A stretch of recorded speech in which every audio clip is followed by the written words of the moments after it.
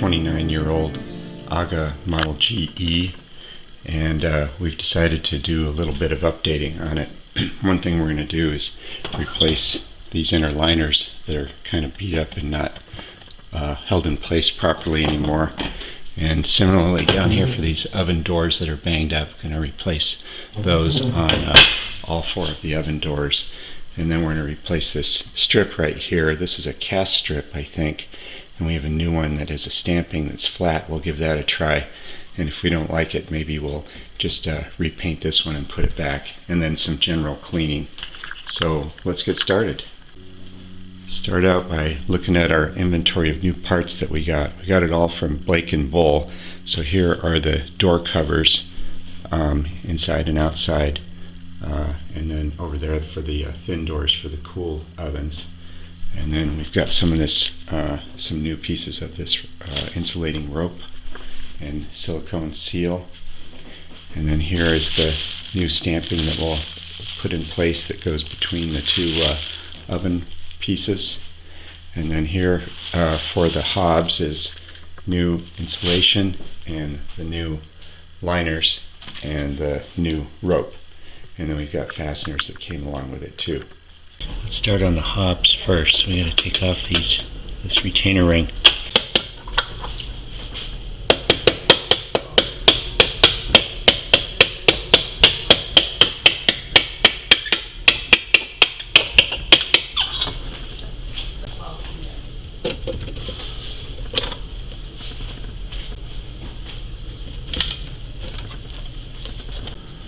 Next thing we need to do is pry this old rope seal out of here. Now that that rope is out, so this retainer here is held in by these screws, so they're all exposed. We need to remove those screws, and then both of these two pieces should come out.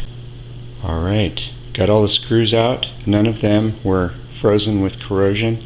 Biggest problem I had was a couple of them, the silicone sealant that was placed in there covered up the slot, so it was a little bit hard to find the slot in the screw head, but worked out well.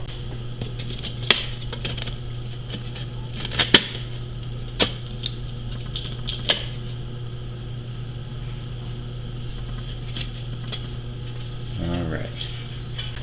Okay, now we'll take our time and clean out the old insulation, get that all cleaned out well, and then put in the new insulation and the new stainless steel liner. I removed the old insulation and then scraped off the leftover silicone glue with a screwdriver, vacuumed it out with a shop vac. And then I had two dents in here, one bigger and one smaller, and I just tapped them out very gently with this rubber mallet, and it worked pretty well. One of them you can hardly see at all. There's one that's still a little bit wrinkled here, but what do you expect? But you know, the surface of this is in such nice shape, we didn't think we should replace it because of the cost, and also, you know, it really looks just fine as is. Just clean it up and looks good. Okay, now we're going to put this insulation in here, which looks like it's kind of a tight fit, so let's see how this goes. Now we're ready to put this liner in here. So the diameter of all of these screw holes in the original AGA hob cover, that diameter is just a little bit larger than the similar diameter for all these slotted holes here. Alright, I really had to fight with these. I ended up, the last few that I couldn't get, to stick this in the hole and actually pry against the threads, which I didn't really want to do that, but they're iron threads, so they're pretty hard, and I was able to get them all in. Okay, it looks pretty good. We're ready to put the rope in. The original silicone was applied to the outside corner of that seal, that rope seal, so I'm going to put it in the same place. So I got the bead in there, and that looks pretty good. I'm working this rope seal around here. It looks like it fits pretty well. That looks pretty good, and I tried pulling the rope seal out in a couple spots just to confirm the adhesive is in contact on that outside, and it is, so we'll just let that cure. This is the roasting oven door. So I'm going to pry out this rope seal with a screwdriver and then take these screws out.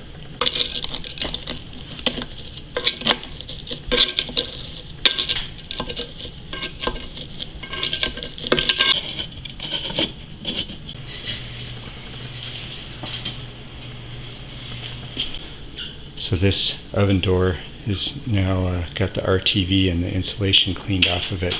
We're going to go ahead and wash these doors as long as they're off, just to get the underside nice and clean. And then here is the first low temperature door. Start disassembling this.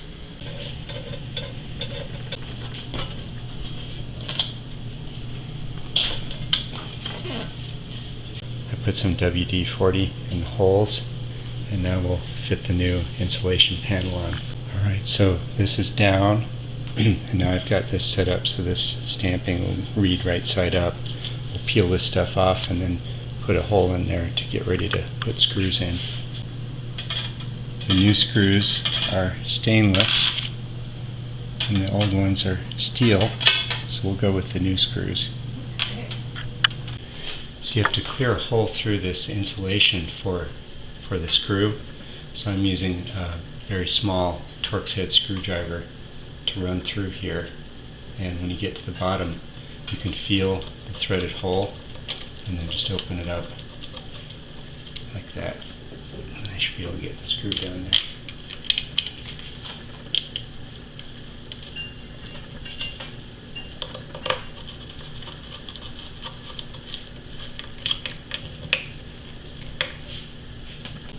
That looks good. Now this is ready for some silicone sealant and to place the rope in there, but we've learned our lesson. We're going to get all of the doors ready to go first and then apply the sealant. Alright, we're ready to do the cooler doors. It's in lower temperature.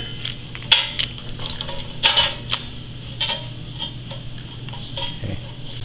If I get the liner to fit on one side, and on the other side it doesn't clear the boss, you can see right there and right there. So to solve that problem, what I'm going to do is grab some pliers, and I'm going to deform this stamping right here just at the four corners, pull it out so it gets over that boss. Okay, that looks pretty good. So it's opened up a little bit right here just to get around the bosses. This one had the same fit problem as the other similar sized door, so I had to deform it exactly the same way. Now I've laid a bead of the silicone in there and we'll lay the rope in.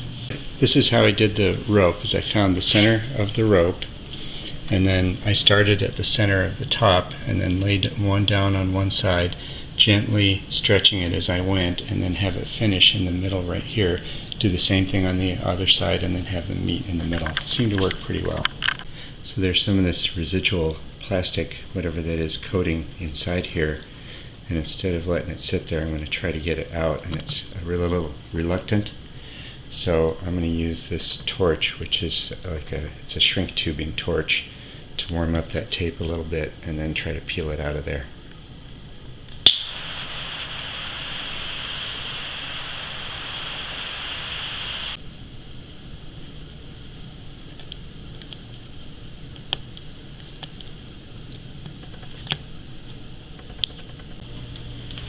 So these caps are pretty hard to get off, and I tried all the methods they described, but I want to get it off without, I know I can get it off with a chisel and destroy it, but I'd rather not do that.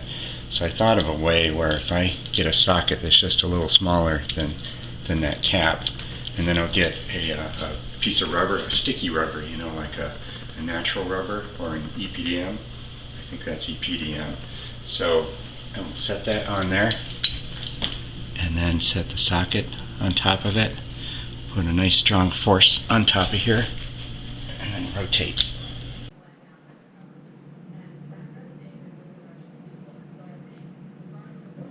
Alright, let's give this a try.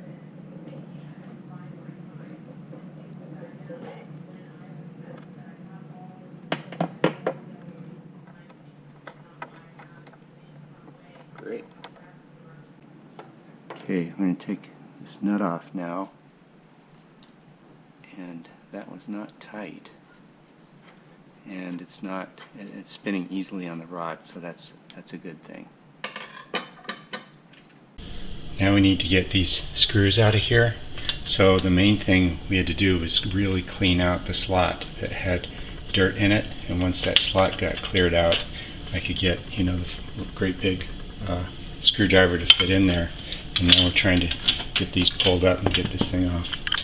So this rectangular piece is secured in place by string so it doesn't drop down too far. And then you can see that there is a square nut at the bottom that's held in with a retaining clip. And then that square has to fit down into that slot down there. And then that's what pulls this down when you tighten it. So kind of an unusual fastening scheme there.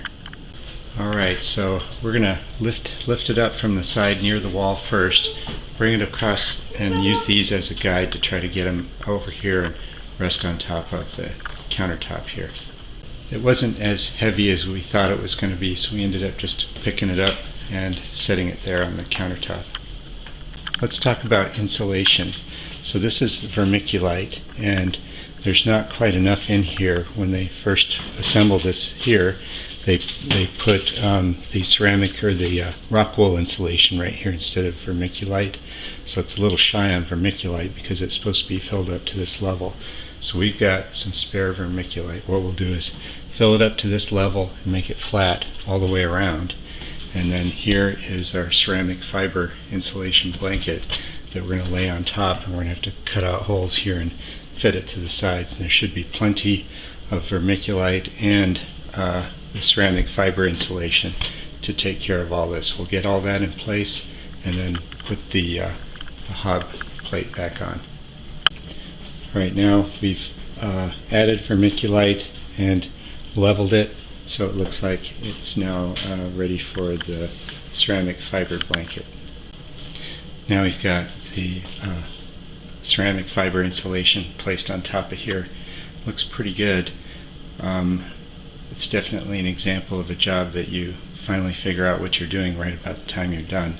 But I think it looks good enough that we're ready to put the cover back on. I'm not sure how we get this off because we got the nuts out, but it still feels like it's down solidly. I'm going to try taking off this warming plate and see if that reveals something. So I was able to get that screw out just by cleaning out the threads, but this one I could not. So what I'm going to do is try one of these hammer drivers to knock that loose.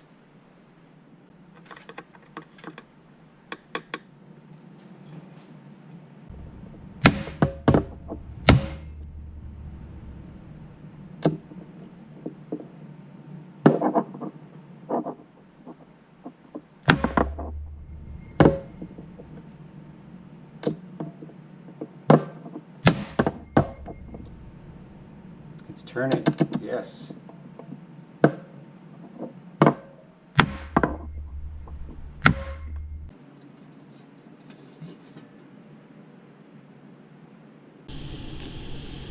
There's a dent in this warming plate, so while we have this thing out, let's see if I can come in from the back side with a mallet and straighten that up a little bit.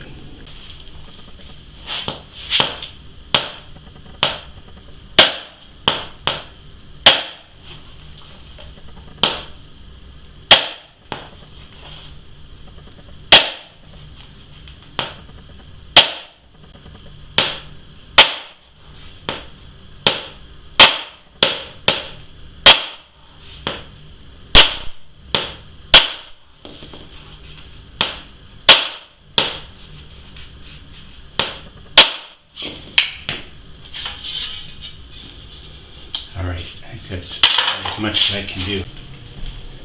I got some new stainless steel screws, number 1032. So we'll put this back in. Oh, we cleaned this all up. Bottom of this cleaned up this surface.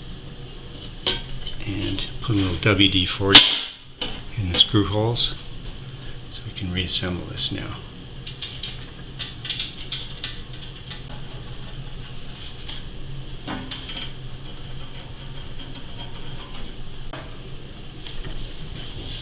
Alright, that looks good.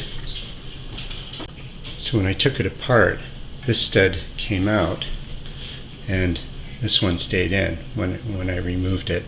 And so I put the studs back in, and then we've got the nuts and washers to go back on. Okay, we've got the insulation installed on the top here, including over here. It turns out there's rock wool all the way down this side, and what we decided was to leave the rock wool that's down low, but replace what was up high with the ceramic insulation. And then I got a couple of gaps here associated with the holes where we're going to mount this plate. I'm going to leave those gaps so I've got room for my fingers to go in and put that nut on, and then we'll fill that with insulation later.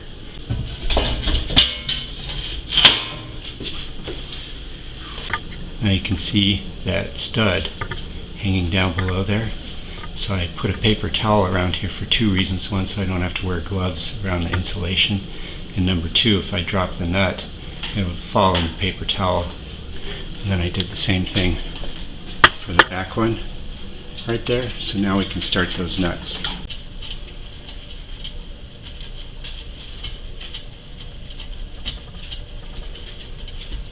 Okay, both the nuts are started. So before we tighten those up much further, I'm going to get these nuts in.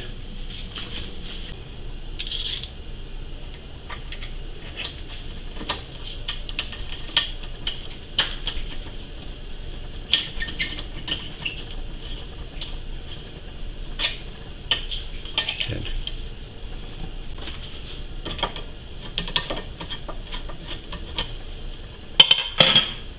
So if you remember now, we had an insulation gap in here, and so I'm going to fill that right now. Do the same thing back there.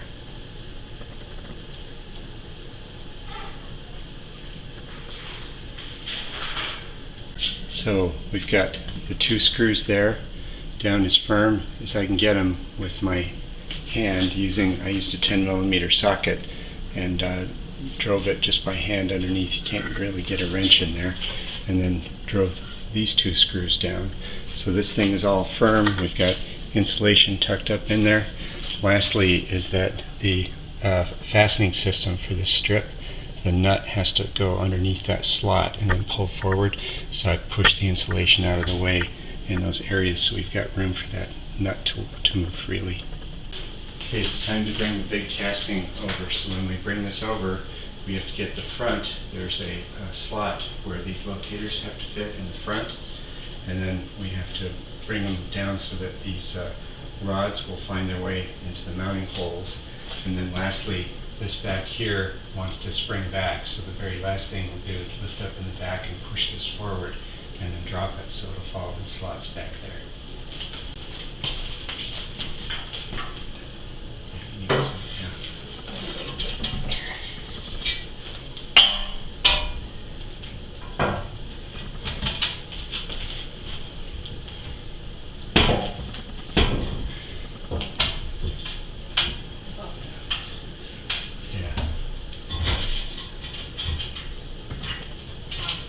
Stick up there.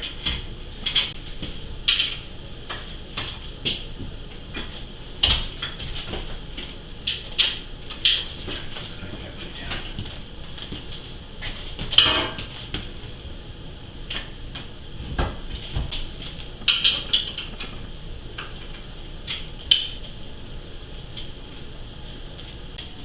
So these threaded rods aren't centered on those holes.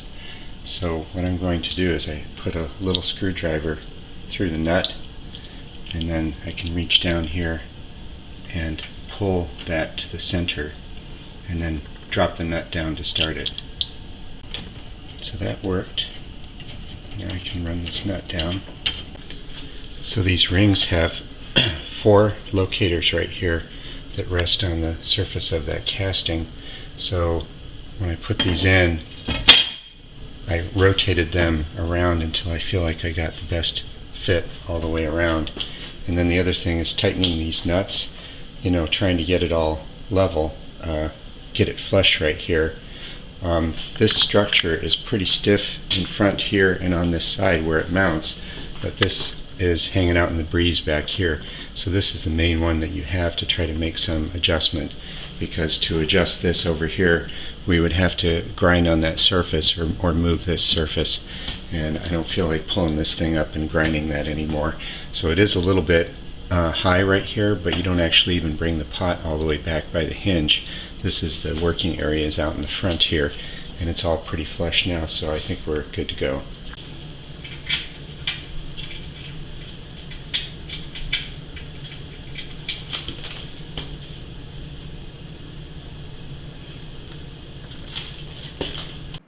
When I took these caps off, there was one I had to get off with a chisel, so I just got a replacement one, and so I'll swap those.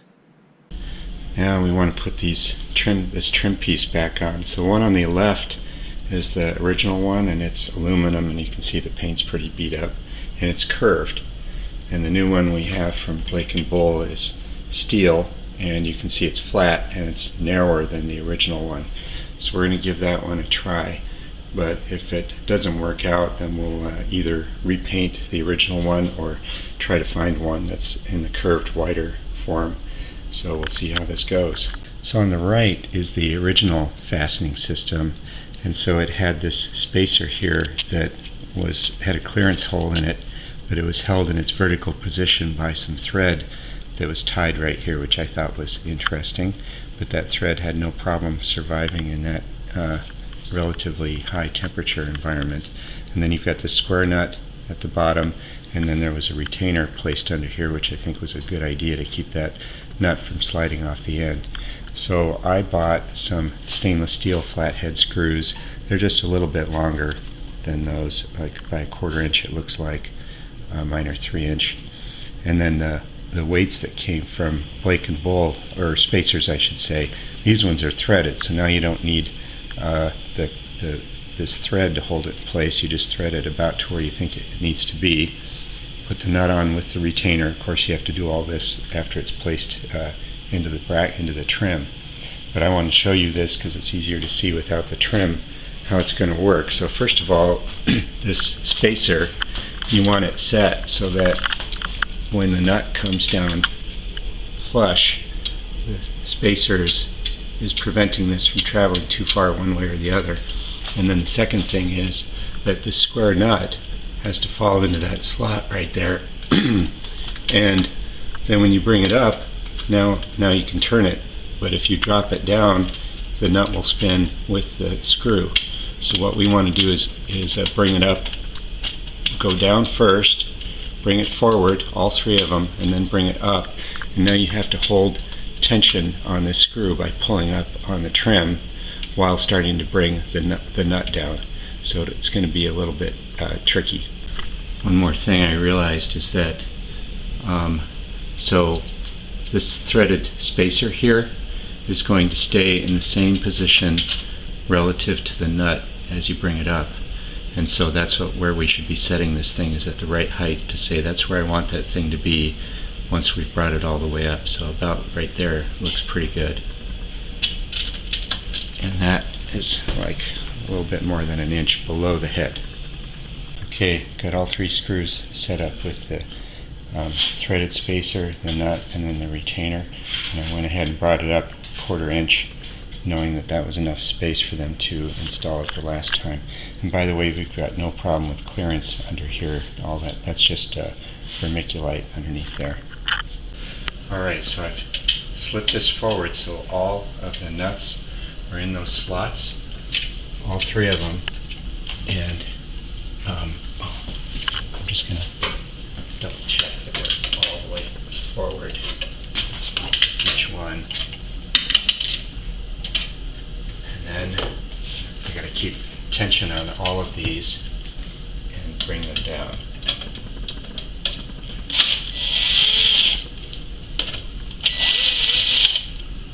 Ooh.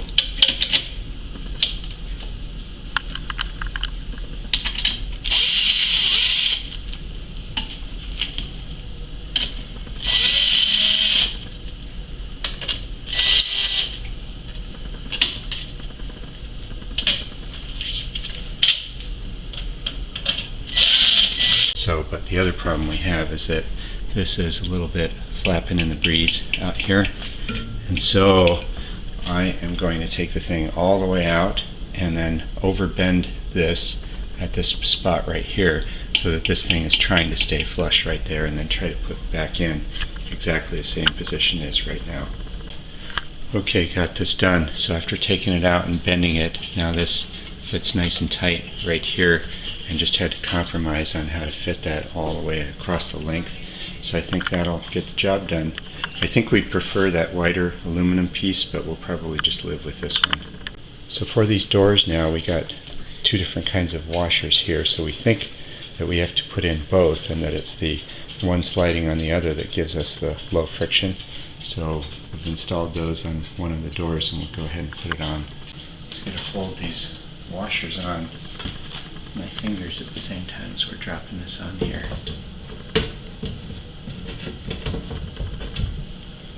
Okay, so when you close it, you can definitely feel that rope, this rope right here, rope seal, compressing, which I think it would be normal.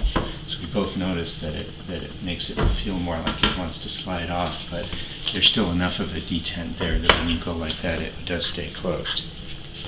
So on the hob plate cover, so Debbie cleaned up these coil spring handles pretty well, and these clips, and or whatever you call these retainers here. These look like they're in pretty good shape, so we decided just to reuse the old ones and just put this back together. So we got that handle back in, and now I gotta put this back on.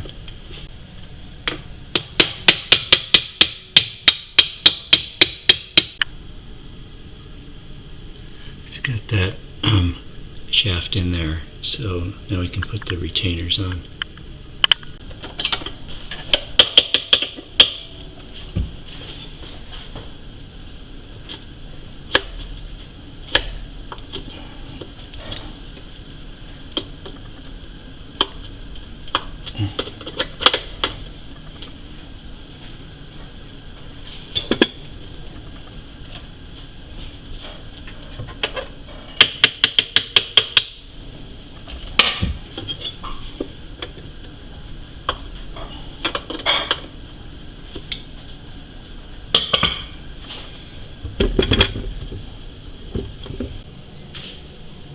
We are all done. It looks great.